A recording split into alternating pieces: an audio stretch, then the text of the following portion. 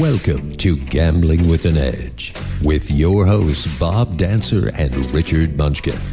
Bob Dancer is America's premier video poker writer and teacher. He's written 10 books, including Video Poker for the Intelligent Beginner and the best-selling $1 Million Video Poker. He helped develop the computer software Video Poker for Winners, and in 2004 he was inducted into the Video Poker Hall of Fame. Richard Munchkin has been a professional advantage player for over 30 years and is in the Blackjack Hall of Fame. His book, Gambling Wizards, Conversations with the World's Greatest Gamblers, is a testament to the many ways you can succeed at gambling. The goal of the show is that you'll be a more knowledgeable gambler tomorrow than you were yesterday. And now, here are Bob and Richard. Good evening. Welcome to Gambling with an Edge. This is Bob Dancer and Richard Munchkin. How was your Christmas? Oh, it was great. Great. Had a very nice time. You told us last week that you had an EV of about $15 by gambling with your brothers-in-law in some kind of Filipino card game. How did that go? Oh, well, I lost out. I lost my EV because one brother-in-law showed up and then had to leave before the other one showed up, so we never got our card game going, but I'm sure we'll get it on New Year's Day. Now, you're playing with $15 EV. This is you're playing for basically pennies, where you're used to playing for much bigger stakes. You've had gambling days when you're up or down $10,000, $20,000 or more, and so now you're talking about, well, maybe I'll be ahead $15.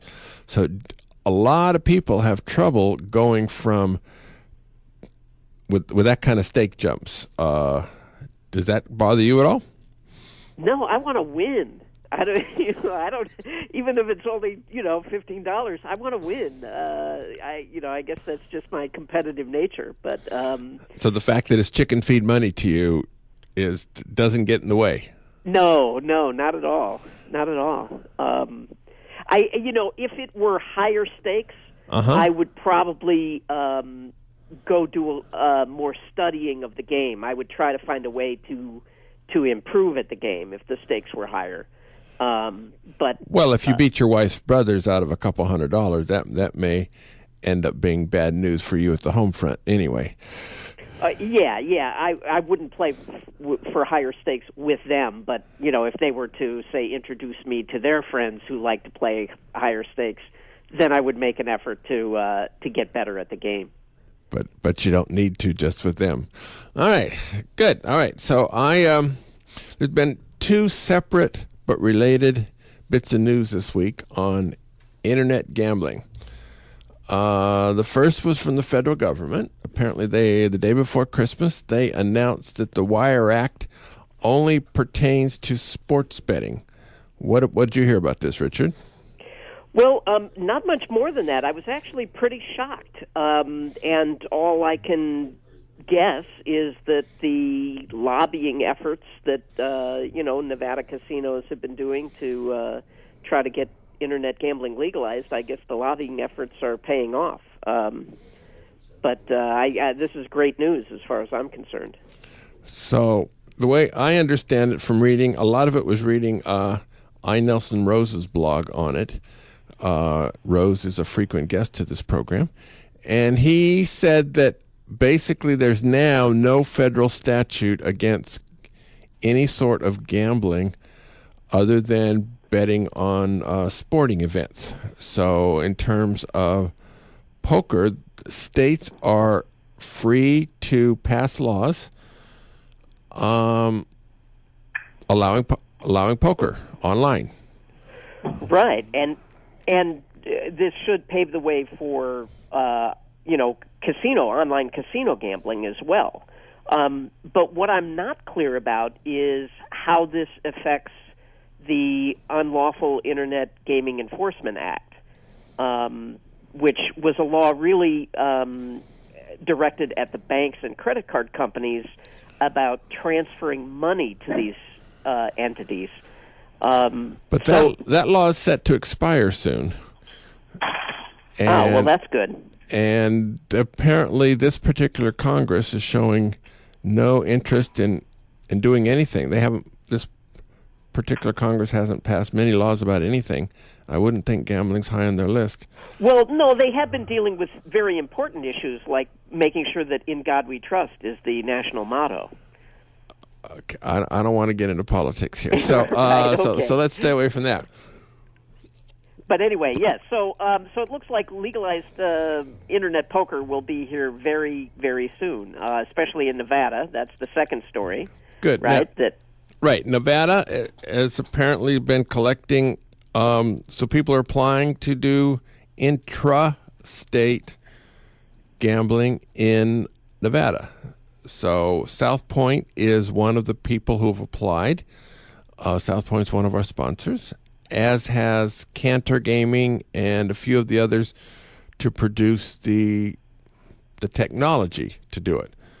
So they're going to have to find a way to make sure you're over 18 or 21, depending on how that law goes down. It could go either way on that one.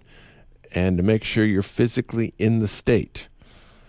Because currently, apparently, it's only intra-state rather than interstate. Is that how you understand it? Yes, that is.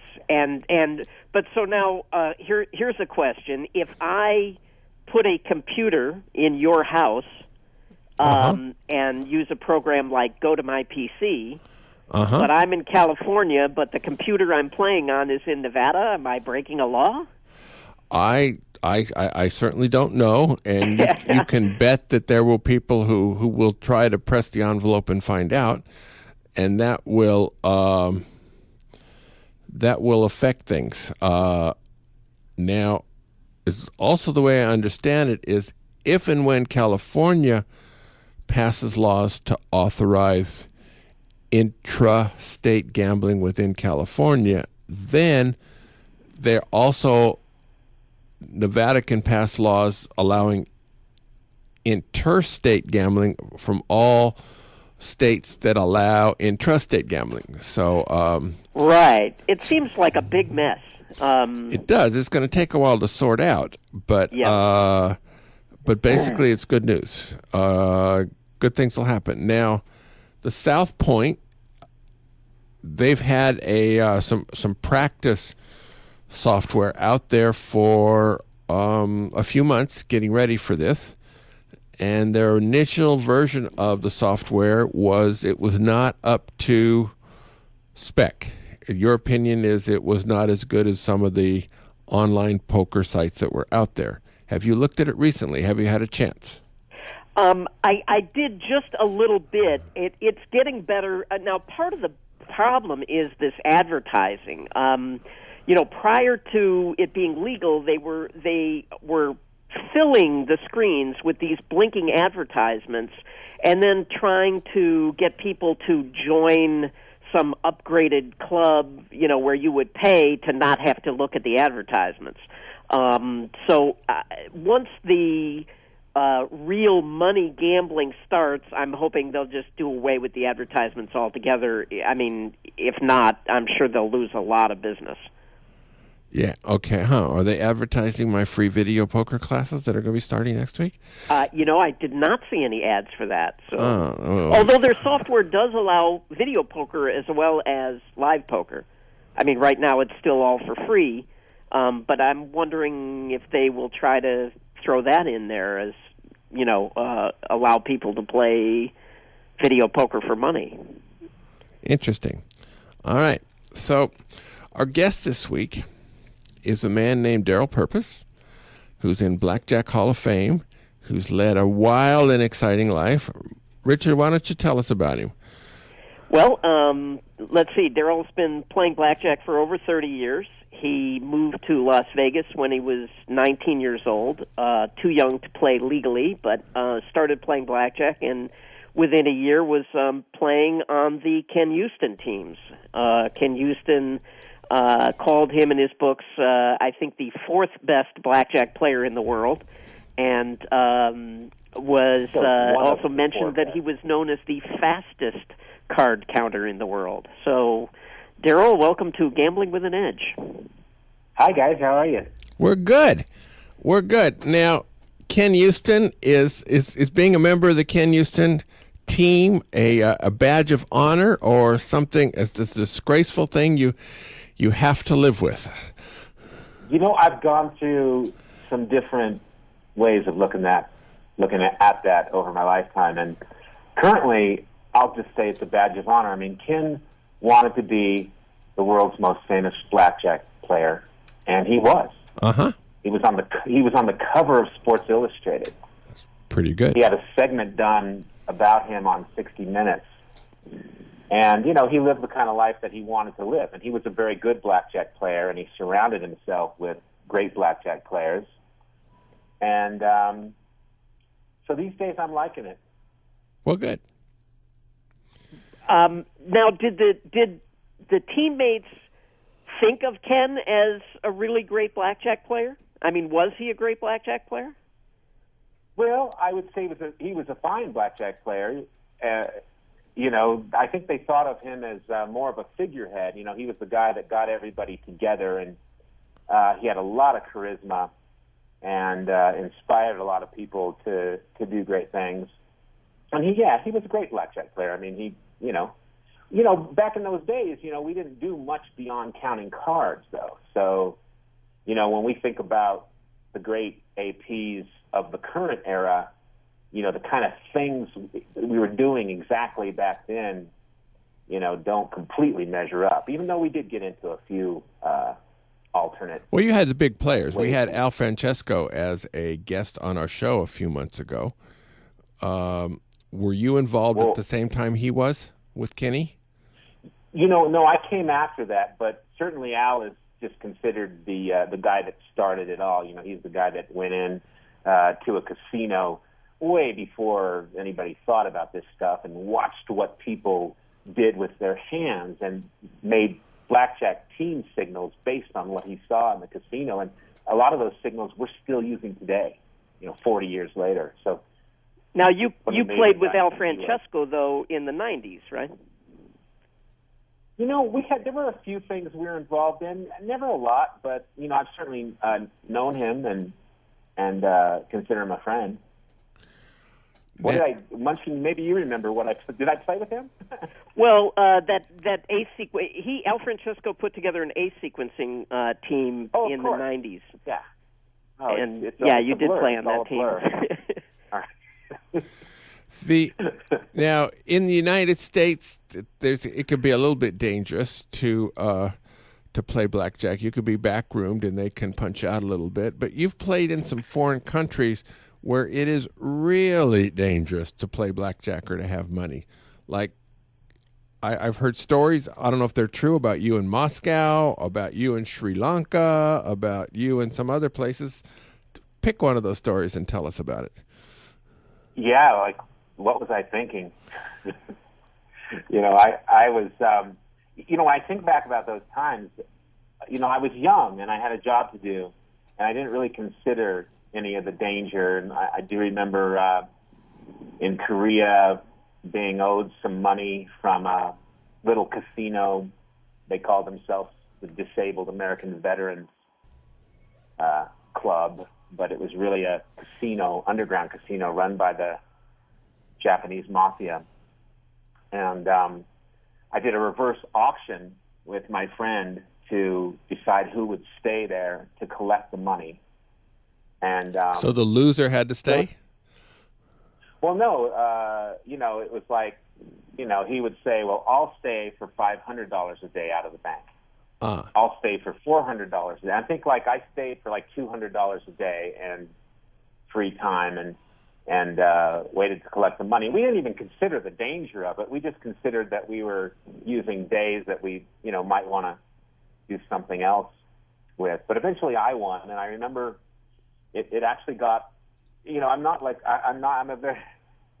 a violent guy or a guy that's going to, I've thrown very few punches in my life, but I remember it got a little physical. They grabbed my shirt and tore a button, and in the end, I remember, do you remember this, Munchkin? I finally got a call from them, and they said, we've got the money, come get it. And I was like, sounds ominous. Right. And exactly. And so I thought, well, who do I know in Seoul right now? And I thought of Munchkin's brother, Jake. And I called Jake, and I said, Jake, listen, I'm heading to pick up this money. You don't hear me from an hour. From now, you call the embassy, and you call the cavalry. And so I was in a taxi cab when we were stuck in one of those incredible traffic jams they have in Seoul. And an hour had gone by, and I was very concerned that Jake might be calling, But there was no. This was before cell phones, maybe, so you couldn't. Oh yeah, way before cell phones. And I wasn't. I thought, boy, if he does that, I'll never get my money back. And I saw that there was an American Army base there, way before cell phones. And I told the taxi cab driver I just told him I'd be right back. And I got out of the car and I ran through the traffic and I ran up to the Army base and I said, I'm an American citizen. I need to make an emergency phone call. And they let me right in, and I called Jake, and I said, give me another half an hour. He said, okay. Anyway, so I went and picked up the money. Huh. I would, from the Japanese mafia. Is this the Yakuza? I don't know what the name is. Is that the name? Yeah. I think so. So, 1983, you got involved with using a shuffle tracking computer called Thor. Yes. And that was a trip that we made together to England. Why don't you tell us that story? Okay, well, you got to correct me if I get anything wrong here, but I think we ended up in we signed up for a lot of the casinos over there, but they were membership things, and you sometimes had to wait 3, 4, 5 days before you could get in. And we ended up in Leicester,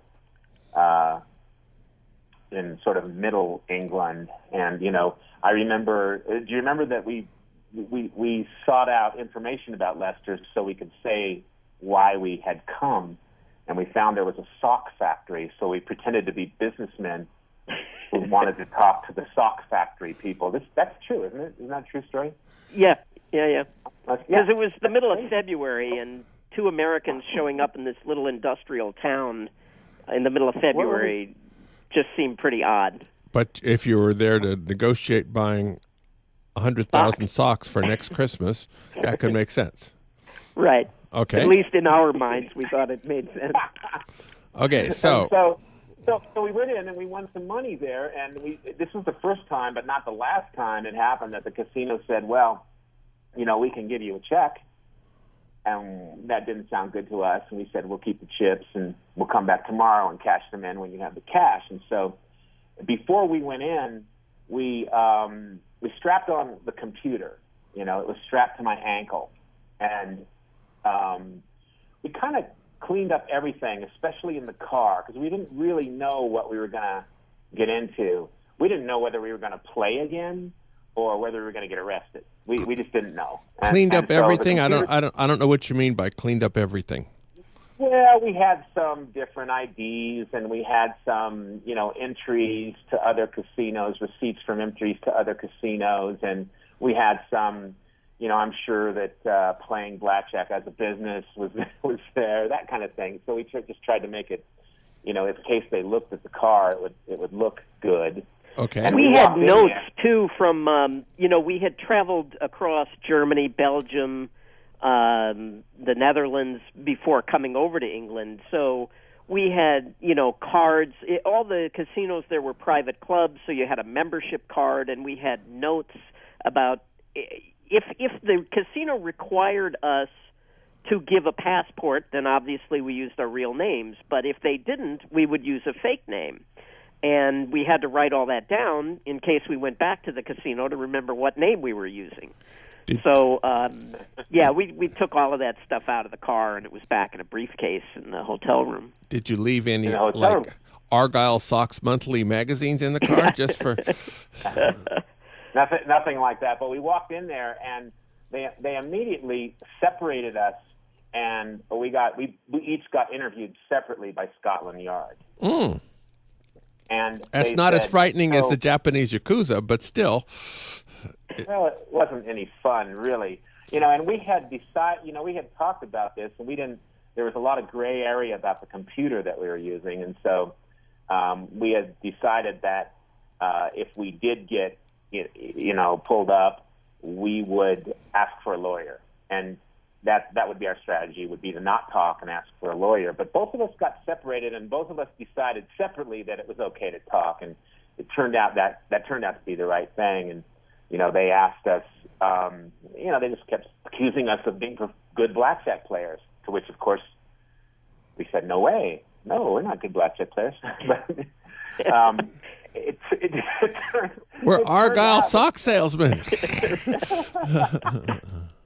It turns out that Scotland Yard, after a long sort of interrogation, they followed us back and they searched our car and they searched the hotel. And the only place they didn't search was my ankles, where the computer was strapped. And towards the end of searching the hotel, they looked under mattresses, they looked under the towels in the bathroom. And both Munchkin and I were aware of this briefcase that we knew had everything in it. It had these huge lithium batteries and all our IDs, all our records, all our scouting reports. Everything was in this suitcase. Wires, backup computers. And they didn't open it. And they finally looked through everything, and they began to sort of believe our story. And just when they seemed about done and they hadn't looked in the briefcase, they walked over and they opened the briefcase and they looked, but they didn't see. And they closed the briefcase and said, okay, you're all right. And so we were on the next ferry to Dover, I think. I'll bet. To France. Now, yeah. But how much did you clean up out of this Leicester casino?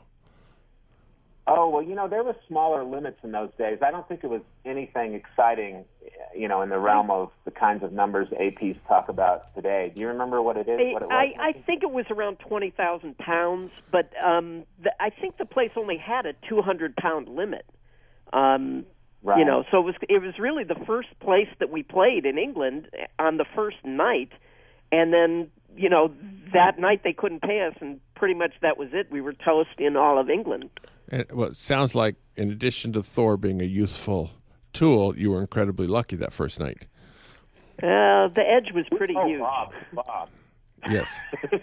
No, luck had nothing to do with it. Luck is a residue of design. Okay, good. So this, how big was your edge using Thor? Did you have a 10% edge? Oh, I have no idea, really. We seemed to win pretty consistently. But, there was no way to actually, there's a lot of gray area in terms of doing the math. I mean, we knew we had a big edge, and we knew it was much bigger than counting.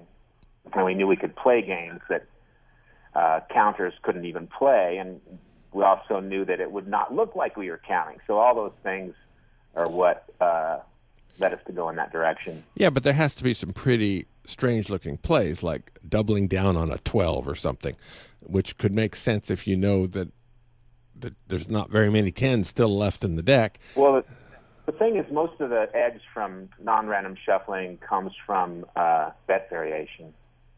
And, there were some weird plays like that, but they, you didn't have to make them to have a huge edge. And, when you did make them, just like any other good play, you won sometimes and lost sometimes. So it wasn't like you were doubling down on hard 18 and always getting a 3. Oh, that might look suspicious, huh? Might. All right. But I tell you, I sort of retired from blackjack around 96, and then kind of came back into it around 2004, 2005, and it was pretty unbelievable the opportunities that had blossomed in that time, mostly from the fact that there are so many casinos right now, and it's such a part of our culture. So, do you play blackjack a lot now? Well, I was playing a lot, but I just recently returned to music. So it was about 2 months ago. I had an adventure in Europe, and I did a thing over there that got me a lot of notoriety. Can you tell us about this thing? Well, I can tell you this.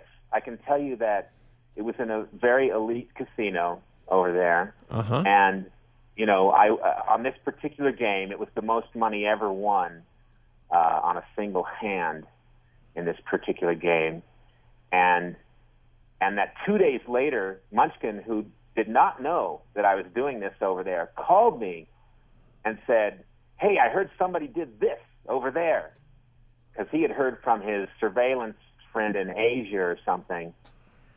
So it was being talked about a lot, and it just seemed like, for that reason and many other reasons, like it might be a good time to step away and start performing again. Uh-huh. So the name Darryl Purpose, is that pretty well... Along with my aliases, pretty well smoked, yeah. Pretty well smoked. But I have to say, it has been for 30 years, and it never prevented you from winning a lot of money. Even though that you were like flyered all over by Griffin 30 years ago, and obviously it hasn't prevented you from making money when you wanted to. Yeah, well, there's always options for sure. Well, if you go to darrylpurpose.com, you can see what you look like currently when you're holding a guitar. And but without the guitar, you wouldn't recognize me. That could be. That could be. I've never seen you without a guitar. So that's my disguise. That's a reverse disguise. That's interesting. So tell us about the Moscow story. Oh gosh, that was so long ago. Just got followed. I should tell you Art's story. It's much more entertaining. Okay. But it's also from Moscow. No, I won't.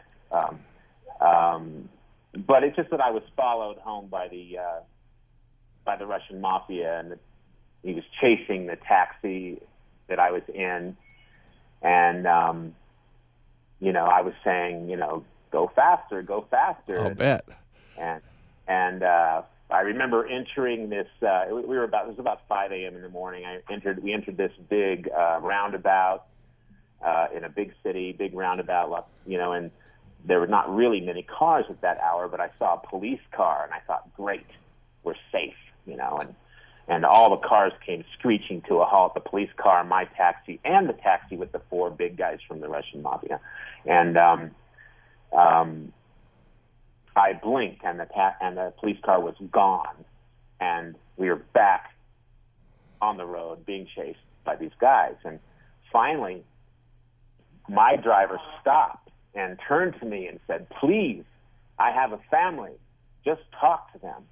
And the guys actually got out of the car and started walking toward me. And I don't know what I did, but I kind of screamed at the taxi driver to go, and he did. And eventually it all ended.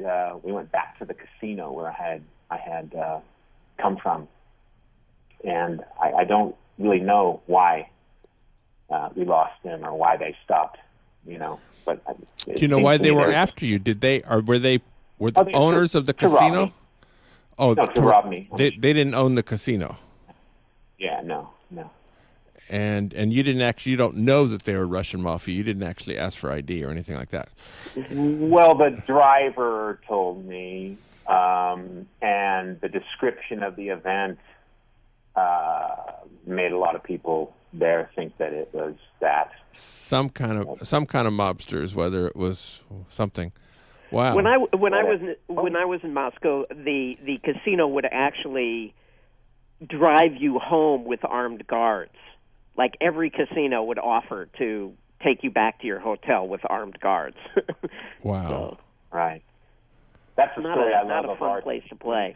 When he goes to the private investigator's office, and there's this menu of options in Russian, and it's like blah blah blah blah blah, $6, blah blah blah, $10, blah blah blah, $25. He says, "What's this? $6?" And the guy says, "That's man to guard you. What's this? $10. That's man with gun to guard you.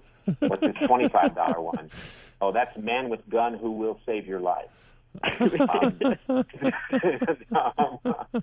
just love that story. And of course, Art was trying to save a few bucks, so he took one. He figured he only needed one man with gun to save his life. That's all he only has one life. So, and then just the other guys, just men with guns, save a few bucks. Well, and you're still here, so I guess it And I wouldn't do stuff like that ever again. So when you get back into blackjack, which apparently you will do, are you likely to do it stateside, or is it you've done forever with that? Honestly, I think I'm done. I think I want to play music again, and that's where my focus is going to be. It was a great this last, I guess, I don't know, it was 7 years that Munchkin kind of got me back into it. And it's a different world. There's cell phones. There's so many more casinos, and there's things that advantage players do now that we just never thought of. Way back then, and people always ask me, was Ken Uston, the greatest blackjack player in the world? And I would say there's a guy named Bill Earp, who I thought was the best guy that I had ever, known. And my partner Craig was pretty good. But, there's, until I worked with James Grosjean, I didn't really know much about great blackjack players. He kind of redefined that term, because not only is he the best in the world at finding a weakness in a casino, but he's the best at being creative about exploiting it. And then he's the best in the world about running the numbers to figure stuff out. And then he's the best in the world at in the casino getting the money. And he never sleeps. It was a revelation playing with him. It's a whole different world. So Grosjean is the best player in your mind, the best blackjack player who's ever lived. Yeah. I don't think that's like arguable. Actually, I don't think anybody could even make a case for anybody else. But that's my sense. And actually, I think that would be true of anyone who's actually played with James. People who don't know him or have never played with him obviously would argue maybe something else. But I don't know anyone who's ever played with him that would consider anyone else, to be a better player. Huh. I've heard that we've had Max Rubin on as a guest a couple times, and he has a blackjack ball every year. And so the word is, if Grosjean shows up, he's going to win the contest. Well, he's not allowed to compete anymore. And so then there was this guy named Munchkin who won a few times. So then they passed the rules, so he can't do it so much anymore. So who knows? Really? You can't play, Munchkin? No. I if I win one more time, then I'm also barred. But the rules are stacked now against you, sort of, aren't they? Well, yeah, they've changed the nature of the competition so that now players can eliminate other players, and so I tend to get eliminated by other players. Because they kick out whoever they think is the most worthy competition. They kick out whoever they think is their hardest competition, sure, because there's money involved. And since you've won a couple times, that they would be stupid not to kick you out, sort of. Right. Well, good. All right. So, Darryl, we're going to let you off for a few minutes, and then we're going to do some commercials and talk about a few things, and then we're going to come back and talk about your music, and we're going to end the show by playing one of your records. I don't know if they call them records anymore, but we're going to play one. And so don't go away. We're going to we'll be back to you. I'll be here. All right. So, Richard, what did we learn today? Although he's a good friend of yours, so maybe you knew all these stories, but did you learn anything today?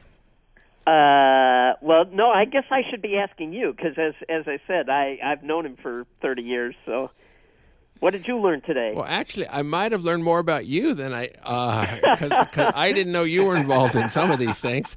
So, I'm not a blackjack player. I just play one on the radio. Yeah, it's like on Thor, it was a. I guess I didn't realize it was a shuffle tracking computer. I assumed it was kind of like a special card counting computer, which used a higher level of card counting expertise. And I learned tonight it was actually a shuffle tracking, which is in shuffle tracking, presumably you have to enter in if an 8, a 9, a 3, a 2, an ace come in that order, you have to enter those in. Yes, yeah. Every rank, yeah. And you don't have to say it's the 8 of hearts, but you do have to say it's an 8, or perhaps in a category of 2s, 3s, and 4s are in one group and 5, 6, and 7s in another. I don't know how you did it, but if it's strapped to his ankle, presume he's entering this with his toes. Yes, and it was quite difficult and took many hours of practice. I'll bet. And if he gets a short fuse, he's getting a hot foot or something. And interesting. All right. So let's talk about some of our sponsors. The South Point has more than 10,000 video poker games, returning more than 99%. That's more than anybody else. Double points are going to be happening New Year's, midnight to midnight in January. And it's also going to be happening on Martin Luther King Day, which is January 16th. Now, on New Year's, for those of you who are concerned about playing in December versus playing in January, and that can affect mailers, the first 3 hours of New Year's between midnight and 3 a.m. is considered part of December. After 3 a.m., it's considered part of January. So there's a clock. The double points are actually midnight to midnight, but the casino day is 3 a.m. to 3 a.m. And so most of us, that doesn't matter. But if you did not play in December, because there were 2 double point days around Christmas time, and it's possible that you were gone for both of them, then this gives you an opportunity for a significant amount of play in December, or whatever you can play in 3 hours. We're going to have new classes at South Point starting Wednesday, January 4th. So it's 6 days from now. They're going to start at noon. We're back in the showroom, which is good. We were in a Grandview Lounge for last semester, but the showroom is a better place for the classes, in my opinion. The classes will be a similar schedule as to what we've had before. We're going to add in this time, though, Jacks Are Better multi-strike. And we're taking away Bonus Poker Deluxe this time. So we rotate the classes periodically. We're limited to 10 weeks, and we'll be doing it again near the end of the year, and probably for a short semester at Sam's Town in the summer. Palms. The Palms has a new senior program. It's going to start next week. They're calling it Sterling Advantage. Now, I recommended they call the club Sexy Seniors to go along with the Palms. They didn't think much of my ideas. Or how about the Wild Bunch? And they didn't think that was very good either. So they're calling it Sterling Advantage. So, and that's on Thursdays. You have to be 50 years or older to take advantage of this. The 3 of us on this radio show today have that covered with room to spare. The benefits include $4 movie tickets, half off certain menu items at the 24/7 cafe and the buffet.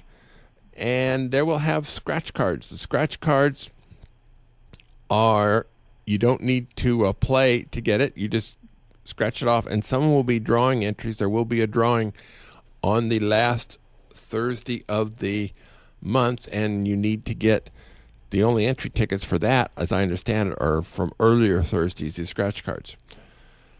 The play, earn, and win, Monday, Wednesday, Friday. The themed Keep It Warm for the first 2 weeks. Keep It Warm is, so there's going to be blankets, it'll be heaters, it'll be things like that. And the second half of the month is called Booze Cruise, which I suspect is going to be a lot of adult beverages that you can earn. And these, you keep your points, and there are extra bonuses. December and November at the Palms did not have any drawings. They're bringing them back. However, They're not the first week of January, so the first time you can play to earn entries for the drawing is January 6th, which is Friday a week from now. So we'll be telling you more about that drawing in next week's show, but it is coming.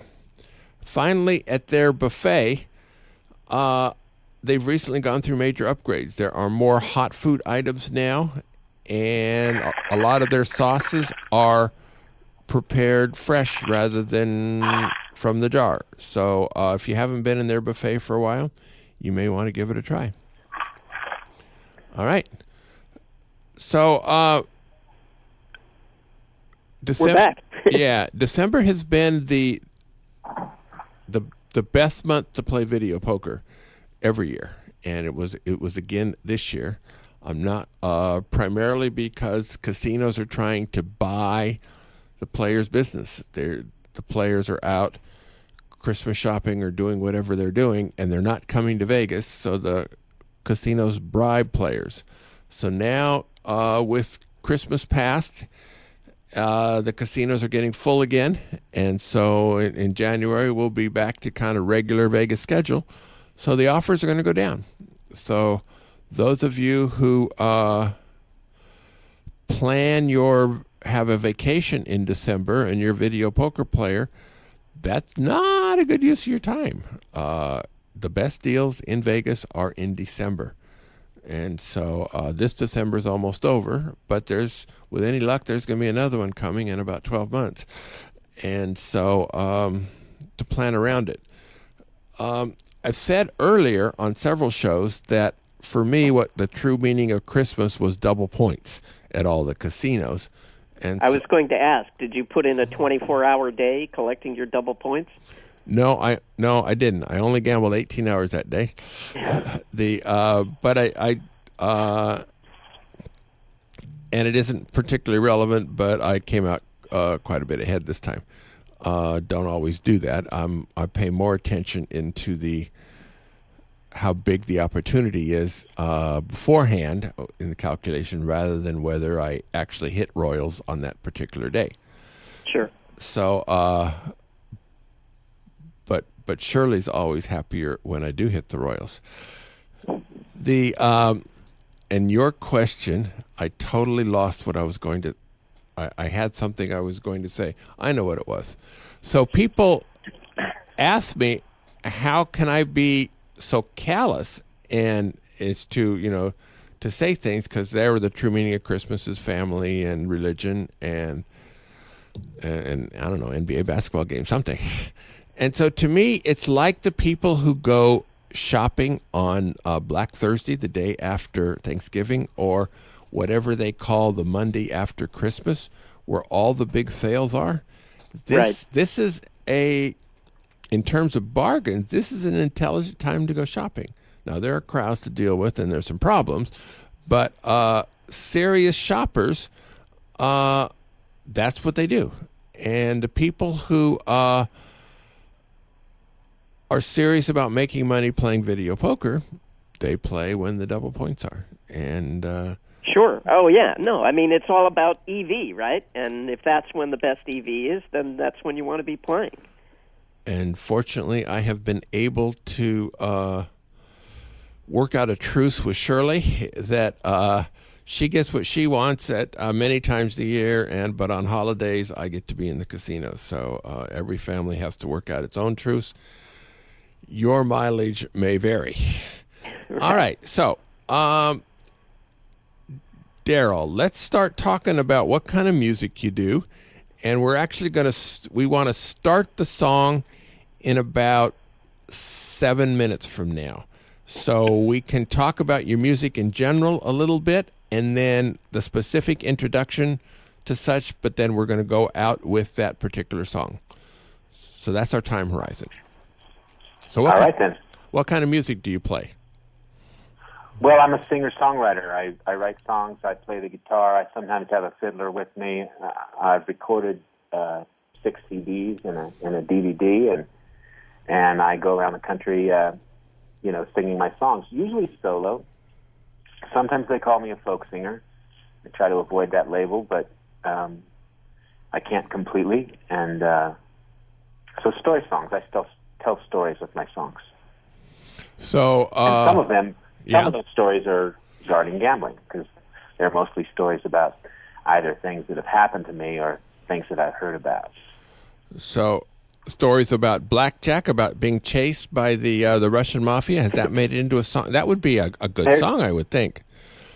Well, there's one or two that involve that thing. In fact, I think, well, not exactly, but the one we're going to play today, is related to that. Uh-huh. I can tell you where that song came from if you want. Well, sure. Well, it's in this category of Now It Can Be Told, and it was about 1994, and back then there was no radio show called Gambling with an Edge that taught people what to do and what not to do with large amounts of money and fake IDs. So certainly if I'd had you guys way back then, I probably wouldn't have gotten into the trouble that I had. But it was 1994. I was dating a woman named Amy Beth. She was a lovely woman, worked in a bank, wrote songs. We wrote songs together. We sang to each other. And then I was asked to do a favor for a friend involving a large amount of money and fake IDs. And I did that, and I was caught. And it was my last encounter with the criminal justice system. And 17 years ago, and actually was sentenced to 3 months in a halfway house. And I was living in Venice, California at the time. The halfway house was in downtown L.A., kind of a seedy part of downtown L.A.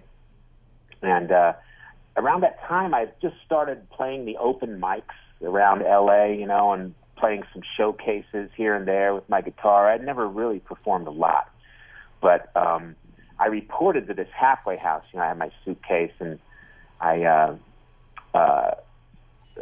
showed up, quite, nervous and not really knowing what this was going to entail. And I was in my intake meeting, and the woman says, you can leave here in the daytime if you have a job. And without missing a beat, I said, well, I'm a national touring singer-songwriter. Uh-huh. And I'll have to go home during the day and work on my career. And she said, okay. And so I went home, and I made a career for myself. I became a national touring singer-songwriter, found a booking agent, found a record label, and that's how it all started for me. But later in my stay So if you'd never had to go to jail, you may never have gotten that career. Is that what you're saying? The silver lining. Oh, yes. The silver lining, yes. Now, And I learned my lesson, about, boundaries with the law. So, well, there's always a lesson of don't get caught. And so when you do get caught, you go, well, I really learned the lesson, don't get caught. Now were there... No. I really learned the lesson, don't break the law. There's no need to break the law. There's no need to, there's plenty of great opportunities in gambling and without risking going to jail. So that's been my policy since then. Very good. But there was this, and of course I listen every week to you guys, and I learn, more about what I can and can't do with large amounts of money and fake IDs and stuff. But and we're learning as well when we get Bob Nersessian on, or Bob Loeb, or I. Nelson Rose, and ask them these questions. It's like we're taking notes as well. Exactly.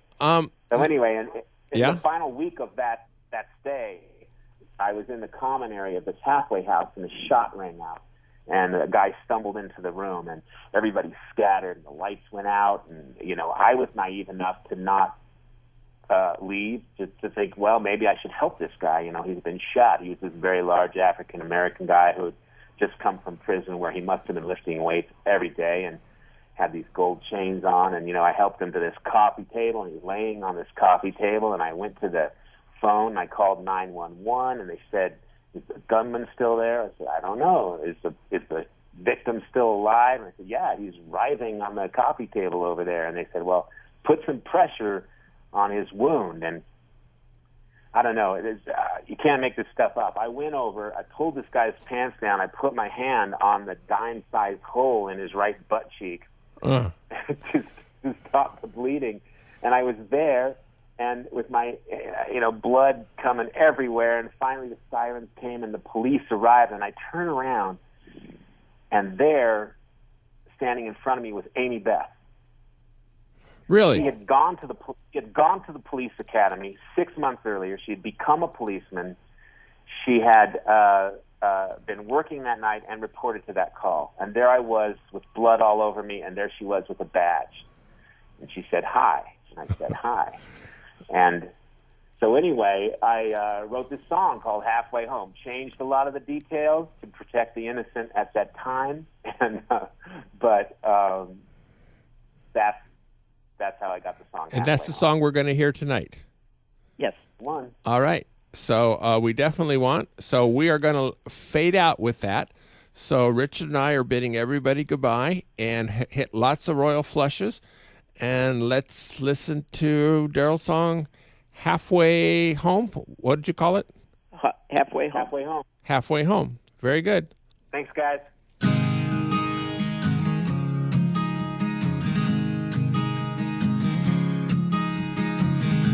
Well, I first started hanging with Laura Lee when they took away her father. We'd steal on down to the Five and Dime, where she was no man's daughter. I took her favorite doll from the shelf, 'cause I thought she deserved it. But the next time I passed by the store, I saw that she'd returned it. How I'd look outside my window, stare across the street. She'd wave back, kill the light, settle off to sleep.